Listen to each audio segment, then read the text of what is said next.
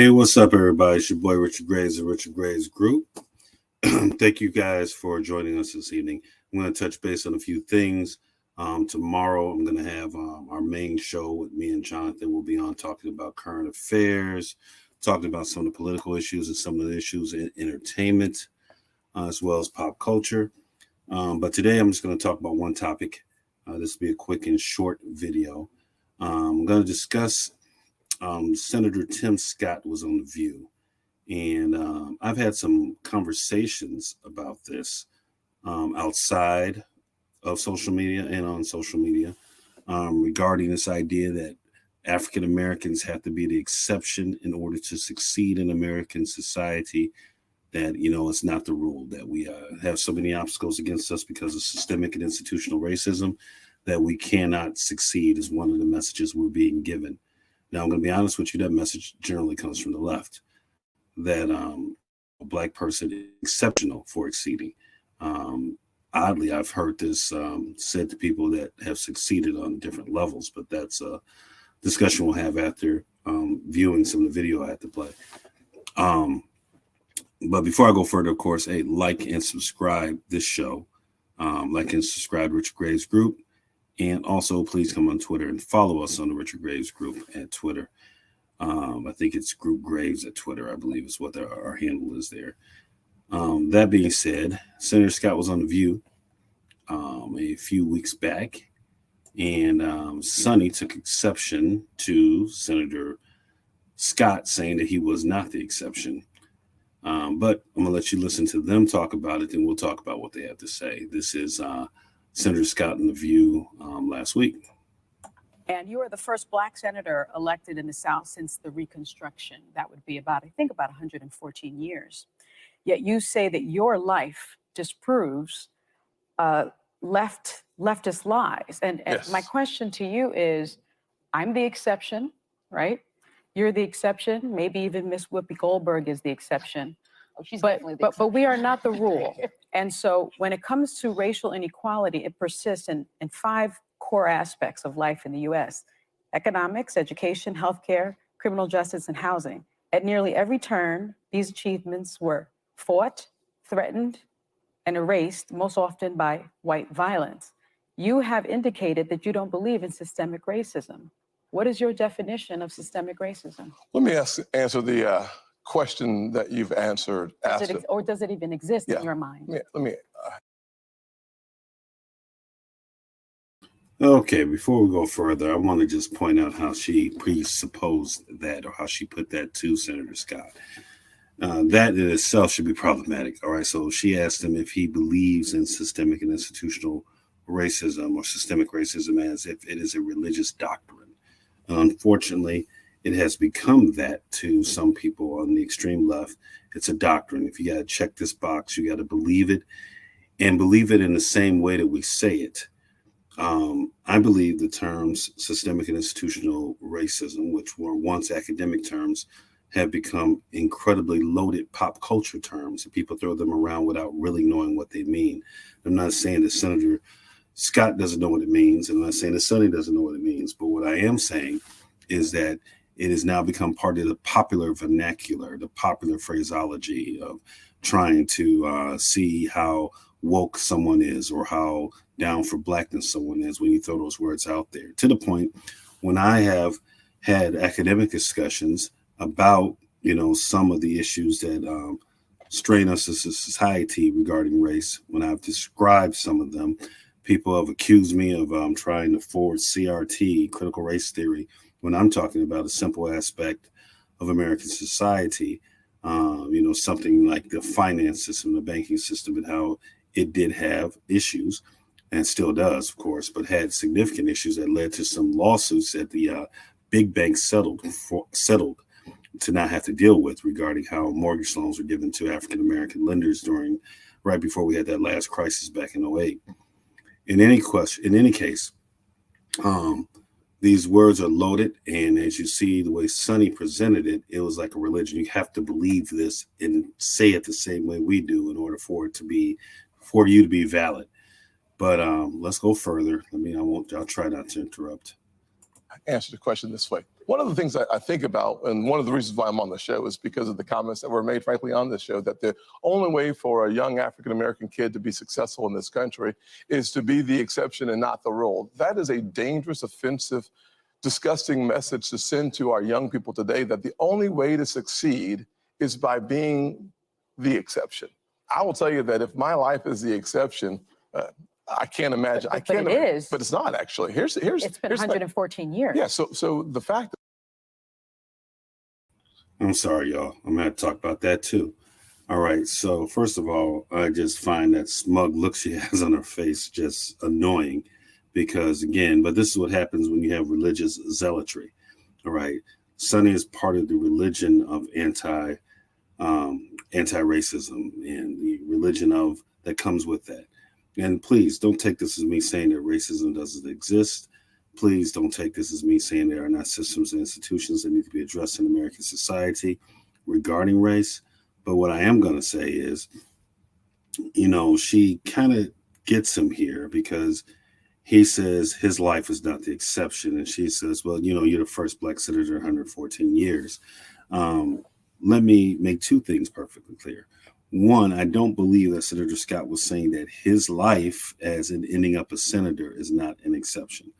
Most African Americans aren't going to be senators. Most people aren't going to be senators. So I think it's absurd for Sonny to use that as the metric. I believe what Senator Scott was saying was quite clear that, coming from poverty and being successful is not necessarily exceptional for Black people anymore.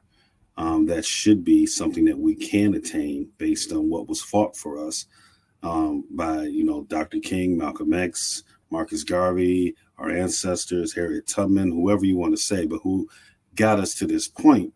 We have a responsibility to use what they've given us, what they sacrificed for in order to be successful. But let's just go a little bit further in what Sonny's talking about. The matter is we've had an African-American president, African-American vice president. We've had two African-Americans to be secretaries of the state. In my home city, the police chief is an African-American who's now running for mayor. The head of the highway patrol for South Carolina is an African-American. Still in exceptions. In 1975, there was about 15% employment in the African-American community. For the first time in the history of the country, it's under 5%. 40% homelessness. And 50% of African-Americans of the folks in our community get 13% of the population. You had a chance to ask the question. I know that I've watched you on the show that you like people to be deferential and respectful, so I'm going to do the same thing. That is true. So, okay.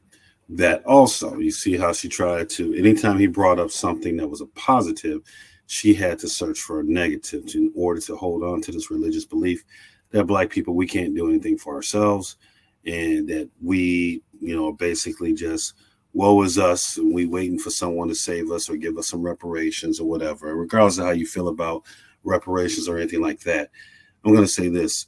We should not be dependent upon those circumstances. If reparations were given, great, but honestly, I don't think it would do us any good with the mentality that we have as a group, which is reflected as the same mentality that Americans have of consumerism in general. I don't care what color we are. So I believe that if we did get reparations, they'd be given right back to the Fortune 500 companies in so many different ways, for the most part. But that being said, if it were cash reparations, but I won't go off on that tangent. Back to how she tried to minimize again. She wants to, okay, well, if we have, a Black president, a black senators, Black congressmen, Black, leaders of the Joint Chiefs of Staff, Black secretaries of state, it doesn't matter, because she's going to try to find some other statistic where we haven't quite made it yet. That isn't indicative of, us having to be, exceptional. It's just those are areas that we need to focus on. And I'm going to say this, perhaps if we stopped elevating celebrities and athletes and rappers and, basketball players, whatever you want to say, and start elevating, engineers and teachers and social workers and plumbers and electricians, fields that African Americans can get into, perhaps we would have that type of scenario where it seems like you have to do above and beyond to be successful.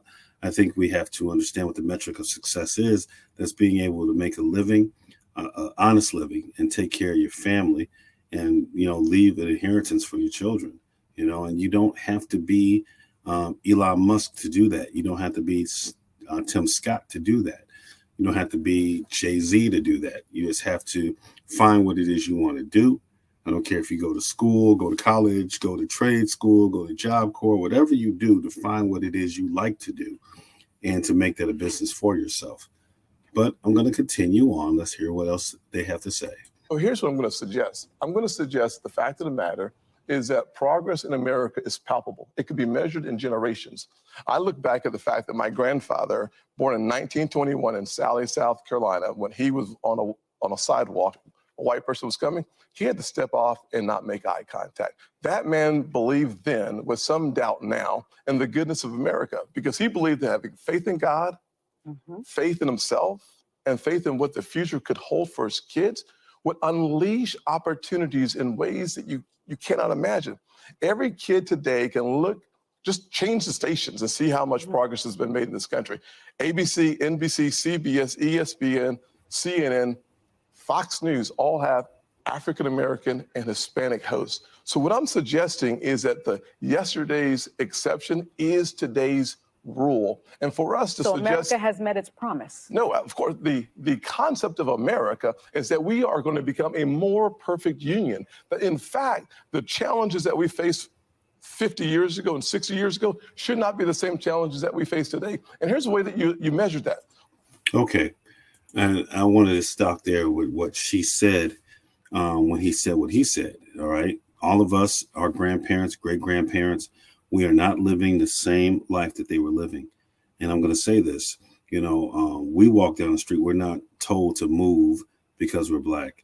We're not told by, we don't have to call, if you're a 60-year-old Black man, you don't have to call an 8-year-old white child, white boy, sir.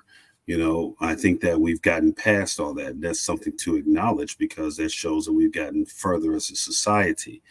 Not saying it's perfect, which is what she asked him, as if that, if America's promise has been met. No, it hasn't been.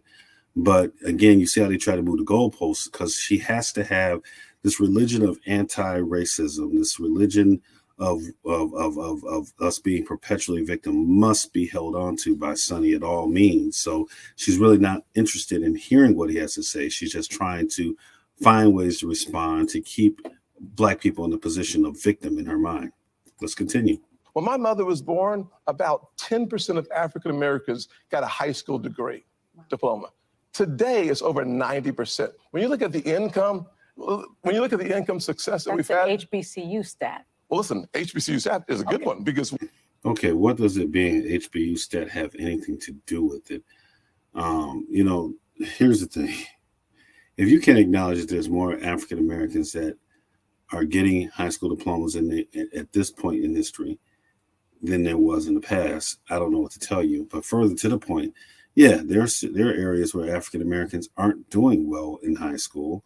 Most of those are inner city areas that are run by Democrats. I mean, Chicago schools, Detroit schools, Baltimore schools, New York school districts, these are all run by Democrats, by liberals. All right. And at the same time, these are liberal cities and liberal states with large concentrations of African Americans that aren't very well. But I don't hear anyone ever talking about the systemic and institutional racism that comes from the left, from the Democratic Party, that maintains these school systems. And then we could go down the line with different systems and institutions, but the school systems, the education systems that are unfair to African American children, that help perpetuate keeping African American children behind. But we won't talk about that. I'll let them finish talking. One of the reasons why I took the funding for HBCUs to the highest level in the history of the country, and then I helped make it permanent, is because I believe that education is the closest thing to magic in America. So I'm about making sure that our kids have as many opportunities to succeed as possible. It's one of the reasons why I need an opportunity to succeed because I have to go to bread. Okay. I'm not going to play the whole clip. Thanks. That is from The View on ABC. That is their footage, not mine. Let me put that out there. But at the end of the day, what it comes down to, what I'm going to say is this. We obviously have somewhere to go. This is not a perfect situation in America. There are still some racial issues that need to be addressed, but we can't get to them because you have people on the extreme left who want to keep pushing the narrative that we as Black people are perpetually victims, that we can't do anything for ourselves, that we need a handout, that we need someone to give us reparations, to tell us what to do. And that simply ain't the case. I think that we as African American people are intelligent enough as a group. We have enough lawyers, doctors, chemists, social workers, engineers, teachers, historians, philosophers, whatever. We have what we need if we were to work together in our respective communities, if that's what we're going to do, if that's what our focus is.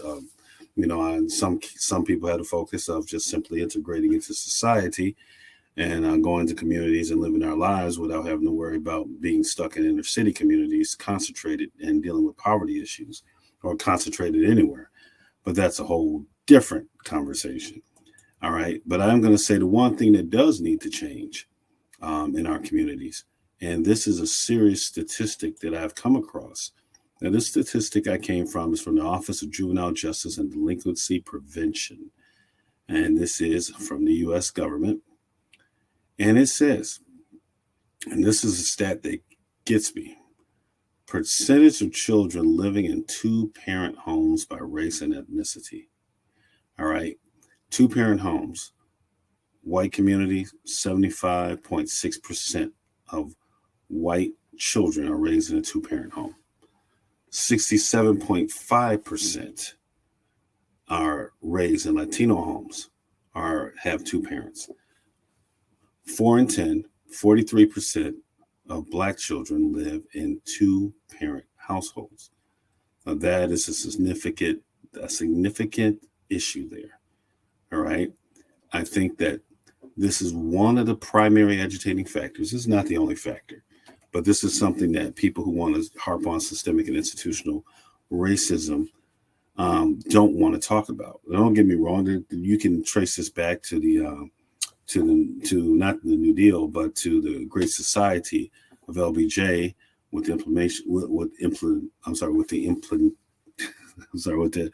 the implementing of certain social programs that encourage Black men not to be in homes.